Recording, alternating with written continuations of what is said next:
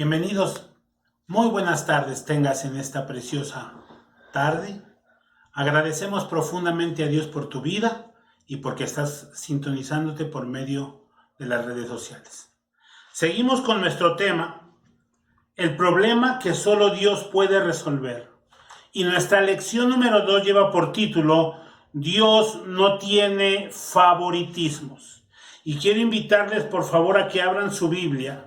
En el libro de Romanos, recuerden que nuestra serie está basada en los primeros capítulos de Romanos, así que abran su Biblia en Romanos capítulo 2, versículo 11. Dios no tiene favoritos. Dice la palabra del Señor en Romanos 2:11, porque no hay acepción de personas para con Dios. Una vez más, porque no hay acepción de personas para con Dios. En nuestras lecciones anteriores vimos claramente cuál es el problema esencial del ser humano y llegamos a la conclusión que el hombre tiene muchos problemas, pero hay uno que es el problema más grande del cual surgen todos los demás problemas. Así que el problema del ser humano es la separación que tiene el hombre con respecto a Dios. El hombre está separado de Dios, el hombre ha rechazado a Dios y como consecuencia de este rechazo y de esta separación, el resultado es la corrupción de su naturaleza. Y pudimos darnos cuenta y ver en las Escrituras cómo el hombre se ha corrompido en grande manera. ¿Ok? Entonces, eso es importante que nosotros lo veamos, ¿ok? Y lo entendamos porque es de suma importancia esto, ¿de acuerdo? Entonces, la Escritura nos sigue diciendo, por ejemplo, el apóstol Pablo en el capítulo 1 acusa a los hombres del primer siglo de varias situaciones. Por ejemplo, los acusa de injustos, de fornicarios, de perversos, de ávaros, de malos, etc. Y el apóstol Pablo completa una lista de más de 20 tipos de actitudes y de pecados, el cual nos refleja la depravación moral del ser humano en el tiempo del apóstol Pablo. Recuerden que el apóstol Pablo le estaba hablando a la gente del primer siglo. Entonces, esta lista que acabamos de mencionar, ¿ok? Nos da una idea de la depravación moral en el que vivía el apóstol Pablo.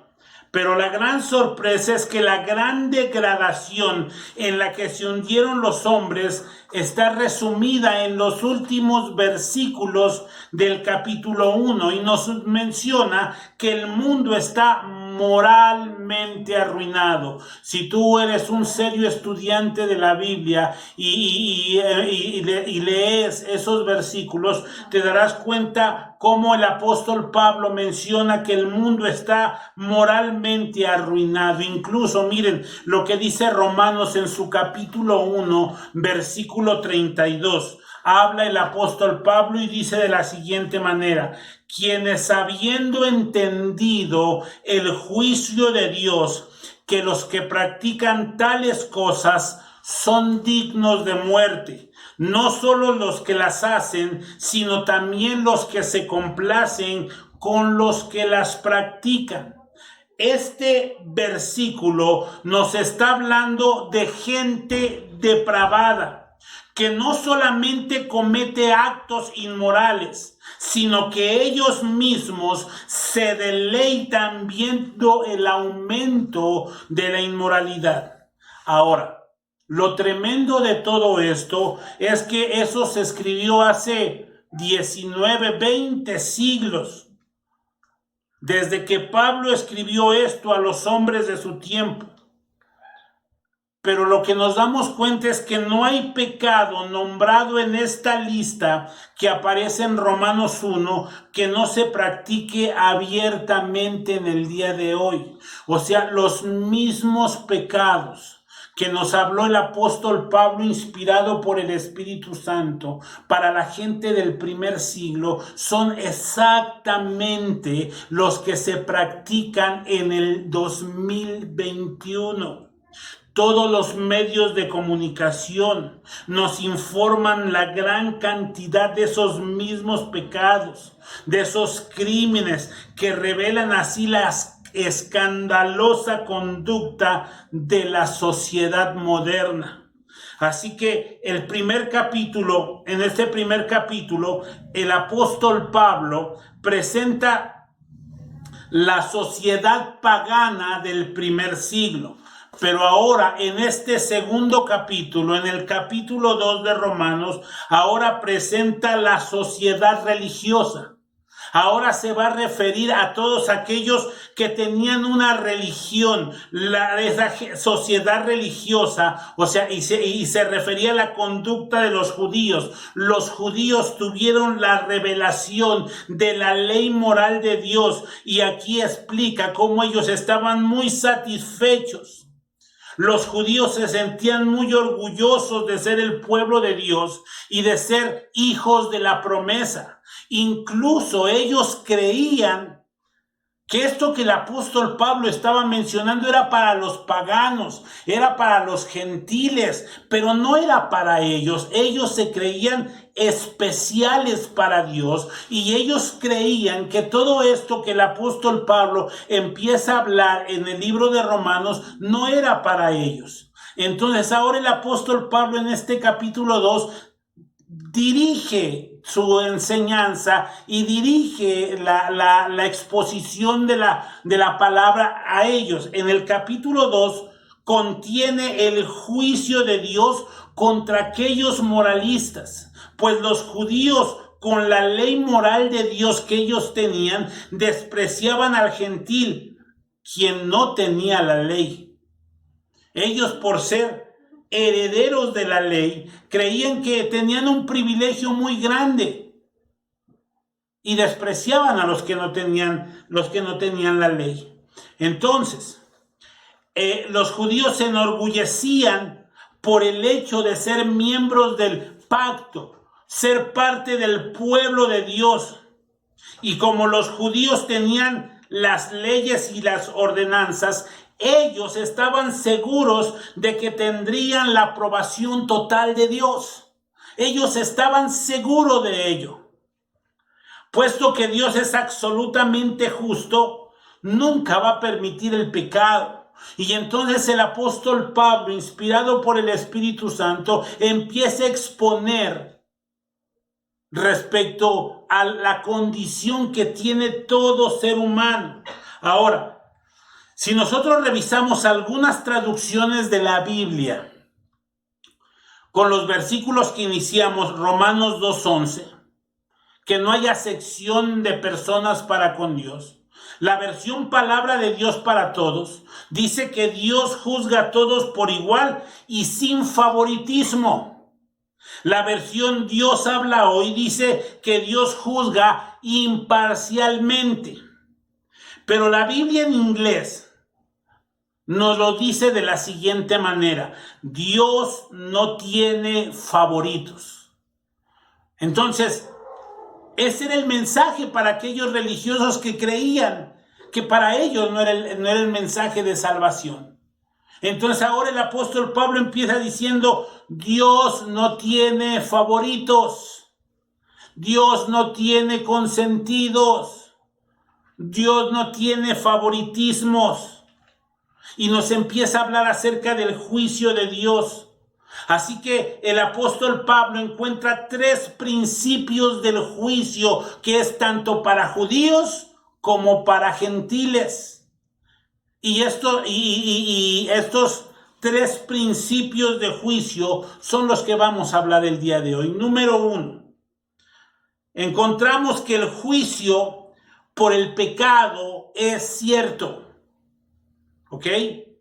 Pablo inicia su argumento de mostrar la necesidad universal de salvación con esta declaración, Romanos 1:18. Porque la ira de Dios se revela desde el cielo contra toda impiedad e injusticia de los hombres que detienen con injusticia la verdad.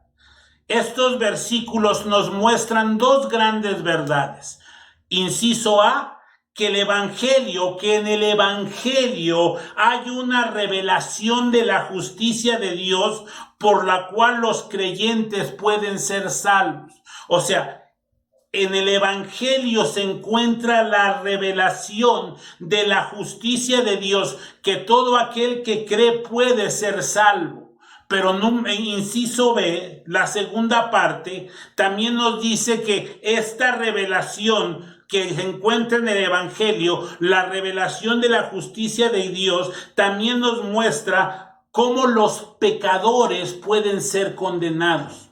Por un lado, nos muestra el Evangelio cómo por la justicia de Dios el ser humano puede ser salvado de sus pecados. Pero por el otro lado nos enseña esta misma revelación de la justicia de Dios cómo los pecadores son condenados. O sea, Dios no oculta nada. Esta revelación de misericordia y juicio está establecida en las Escrituras. Esta situación del juicio, este juicio por el pecado tiene una verdad. Dios no oculta nada, Dios no esconde nada. Esta revelación es de misericordia, pero también es de juicio. Muy poco se dice hoy en día, en este tiempo moderno, acerca de la ira de Dios. Hoy solo se habla de la bendición, de la prosperidad, de la protección, pero no se habla de la ira de Dios. Es una de las partes importantes de la Biblia, de la revelación de Dios.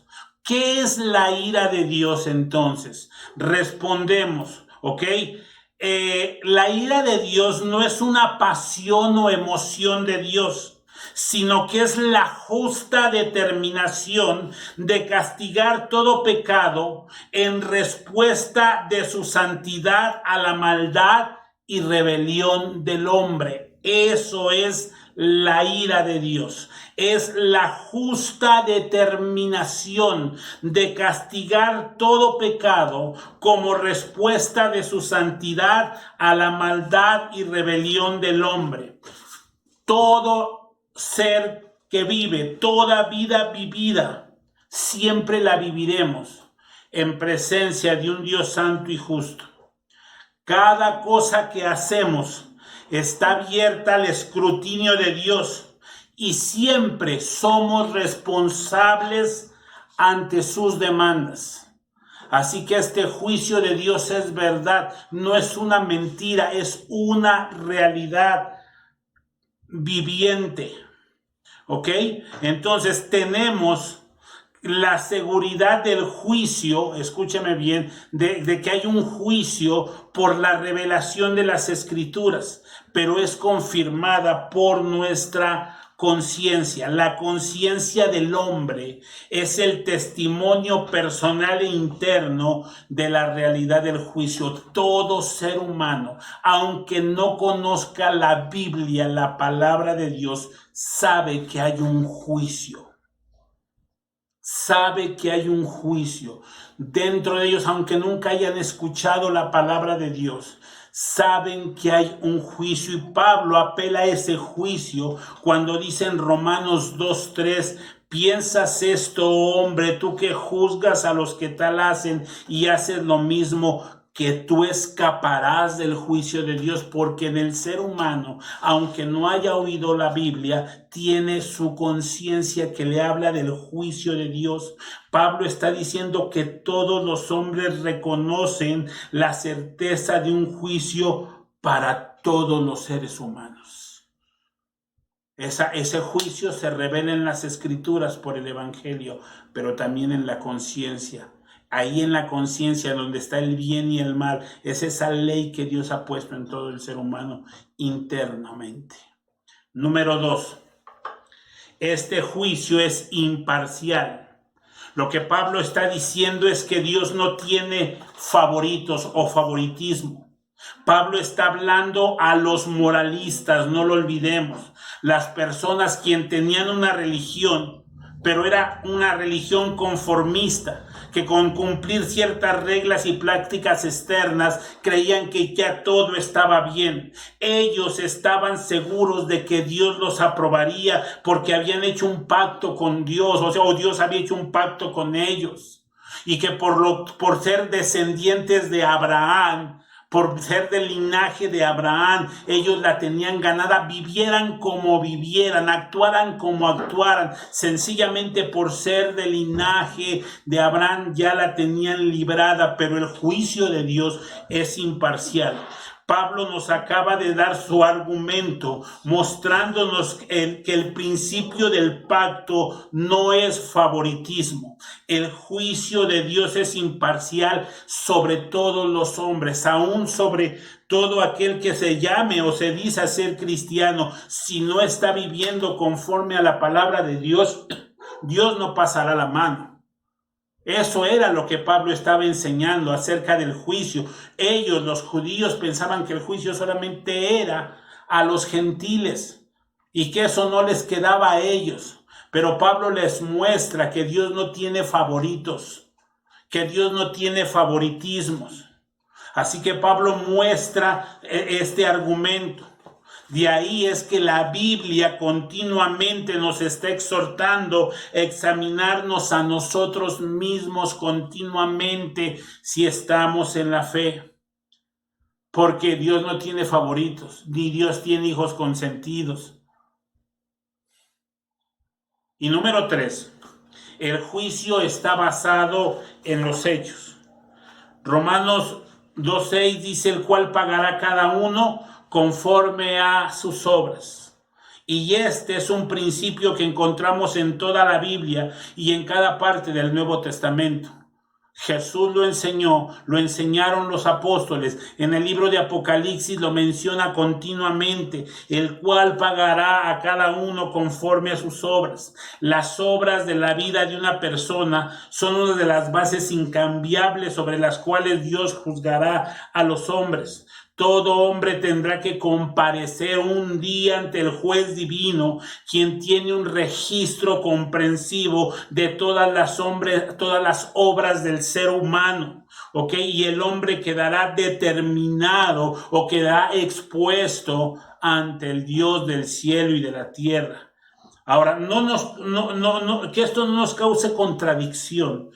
Ya hemos indicado en estos estudios que no existe ninguna parte de la Biblia donde se le diga al hombre que pueda ganar la salvación por su propio medio. Pero recuerden que Pablo le estaba hablando a los judíos que se creían que para ellos no era esto. Entonces ahora Pablo empieza a mencionar acerca que cada uno pagará conforme a sus obras, para que ellos no siguieran con el engaño pensando que el juicio del que Pablo hablaba era para los gentiles y no para los judíos. Las obras por las que seremos juzgados son el fruto de nuestra fe. Miren lo que dice, por ejemplo, el mismo Pablo escribe en Efesios 2:8, porque por gracia sois salvos por medio de la fe, y esto no de vosotros, pues es don de Dios, no por obras para que nadie se gloríe. Y escuche, porque somos hechura suya, creados en Cristo Jesús para buenas obras, las cuales Dios preparó de antemano para que anduviéramos en ellas. Entonces, las obras son importantes para todo aquel que ha creído en el Señor. Así que el tema central, por ejemplo, de la enseñanza de Jesús siempre fue ese: por sus frutos los conoceréis. Entonces, por eso es que hoy hablamos de que Dios no tiene favoritos. Y era dirigido al pueblo de Israel, que se creían totalmente morales. Es más, algunos rabinos decían que Abraham iba a estar en la puerta del infierno, por si algún judío se colaba por ahí por equivocación, él lo iba a jalar porque nadie iba a entrar al infierno si era judío. Y Pablo viene a establecer la palabra de Dios. Así que Dios no tiene favoritos, ¿ok? Dios no tiene favoritismos. El juicio viene tanto para el hombre gentil, para el hombre judío, para los creyentes como para los no creyentes. Tenemos que vivir en rectitud, tenemos que vivir en santidad, tenemos que vivir agradando al Dios del cielo y de la tierra. Así que te dejo esta enseñanza en tu corazón y esperando que pueda ser de bendición para tu vida. Nos vemos pronto. Dios te bendiga.